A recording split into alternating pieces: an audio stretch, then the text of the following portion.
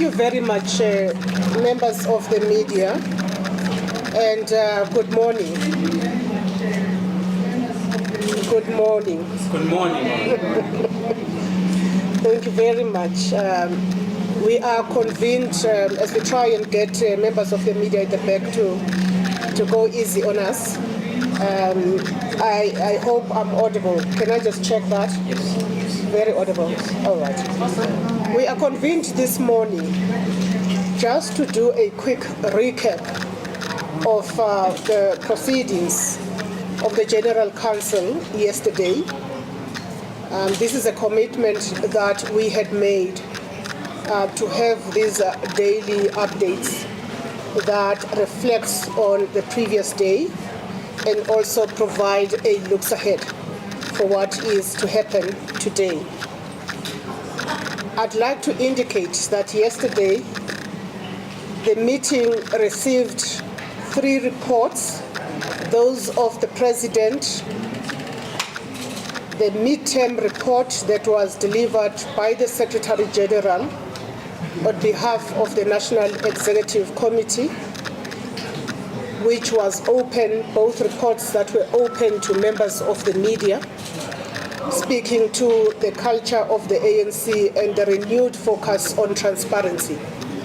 We also received, in a closed session, the report of the Treasurer General.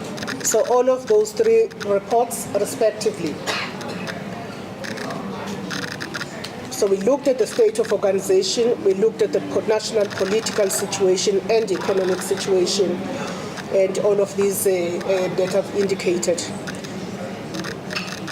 As we indicate that for the first time, the ANC delivered its state of the organization report in the presence of the media. We withheld nothing. It was a frank and honest account to the membership and the people of South Africa. Today we proceed. We've already started with the business of day 2 of the NGC. We're having 10 commissions that are currently in progress, and they're all looking at the state of the National Democratic Revolution in South Africa and the balance of forces that helps us to answer the question, what is to be done? Then the plenary will convene in a closed session to receive reports from the Commission. We, of course, will also receive the presentation of the base document that is informed all contributions that have been made in the run-up to this National General Council. Members of the media, this document was released to yourselves sometime in August, having been launched in July, enabling all structures of the ANC to use it to plan and to think about the future of the ANC and to think about the inputs to be made at this National General Council. And so it was also released for public debate. Some people picked on it, analysts wrote about it, and today we're allowing branches of the ANC to consolidate their inputs so that the final declaration of this NGC and the resolutions should be better informed by what's coming from within our structures, but also taking into account sentiments by South Africans. We will later today reconvene the Freedom Charter night that was slated for yesterday, but could not take place given the fact that the session that was looking at our financial report took longer, and it became important to ensure that that is done justice with, and that we can then proceed with the Freedom Charter night later today. We have a running media schedule. As you would have seen, Newsroom 24 with our Minister of International Relations and Cooperation. And so this is what we're going to be doing throughout the course of the day, where members of the media will have a chance of having sit-downs with key and identified communication messages of the ANC. I would like to leave it at that, really. That's just a quick update. And I'd like to turn to yourselves, members of the media. Floor is open.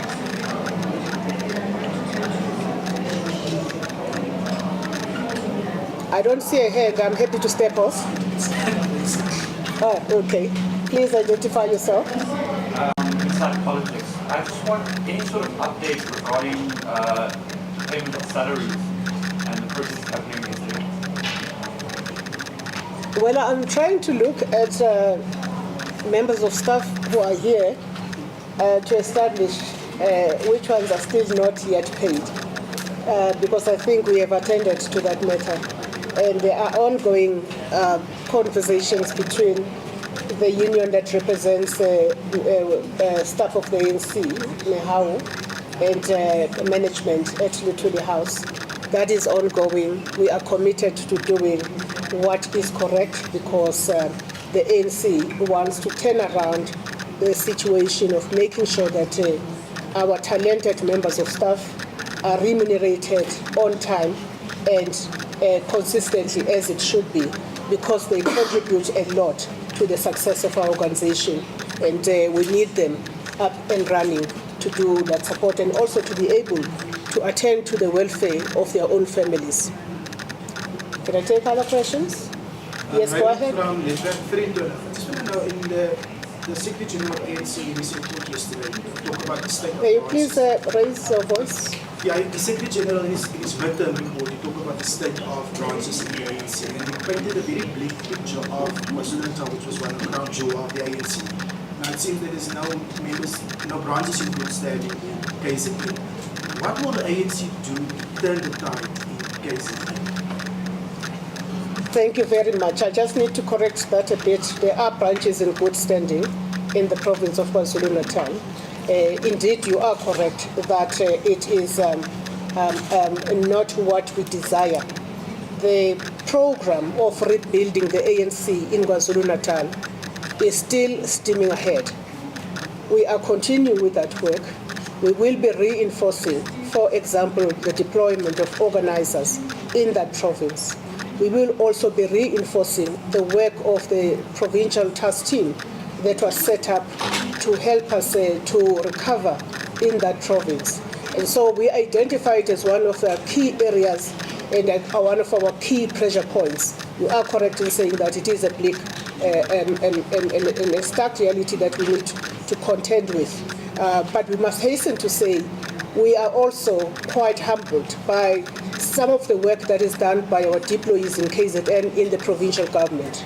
And I particularly would use the example of the work that's being done in the transport and the human settlements environment.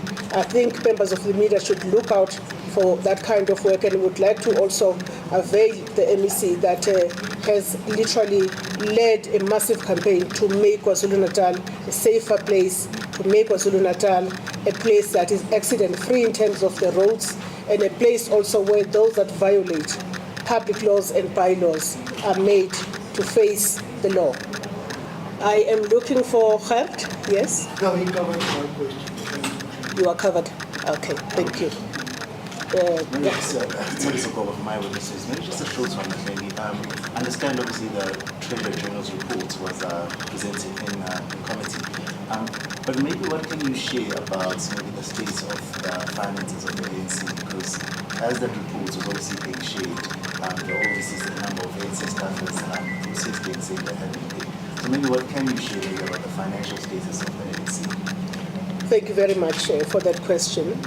It is important, members of the media, and to our own members across the country and the people of South Africa, to mention, and this is a point that the Secretary General keeps mentioning, to mention and state that organizations, political formations such as the African National Congress, that were at the coalface of a struggle against apartheid and relied largely on donations from allies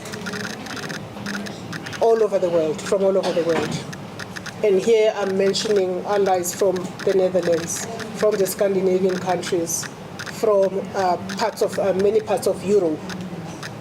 Today, the ANC has transitioned into government, and therefore that donor environment has shrunk, not just for the ANC. This is not unique to the ANC, but it has shrunk to the detriment of parties that are in government but are still pursuing the liberation project. So I think that we need to take that matter into account.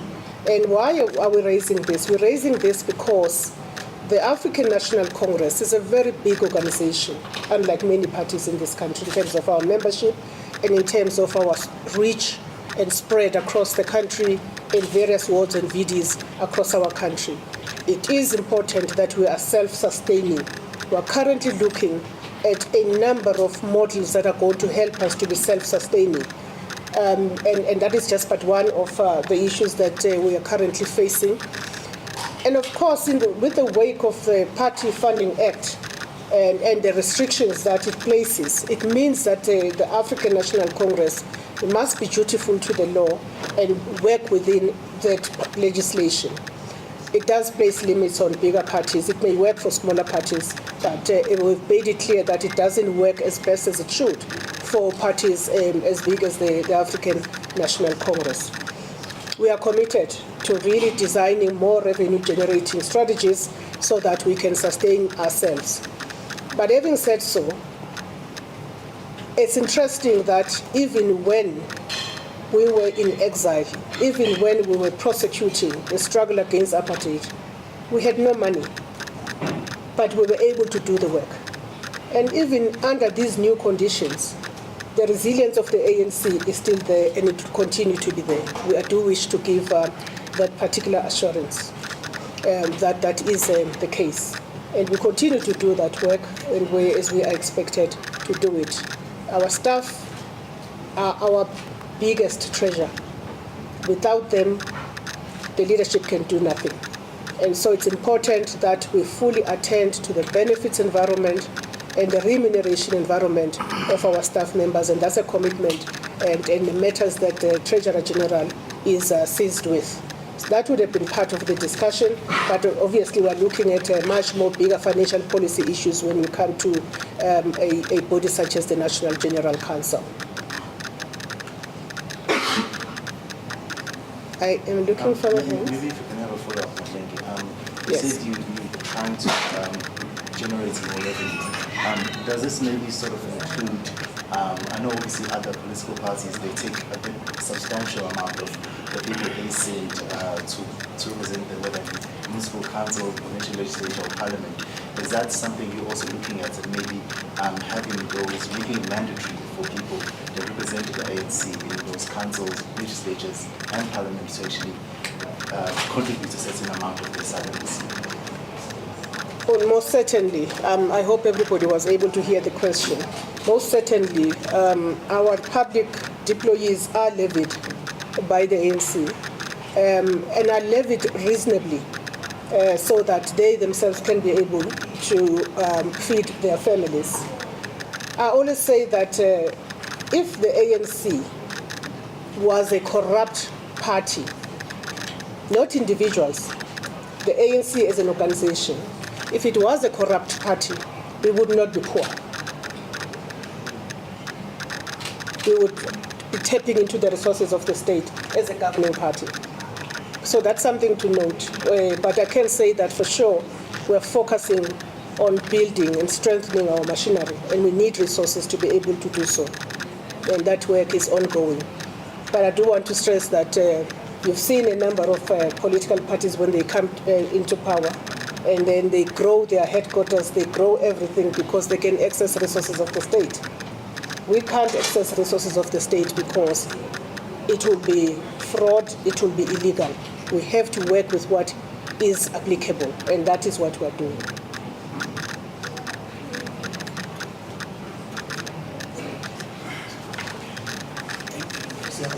We are clearly done here.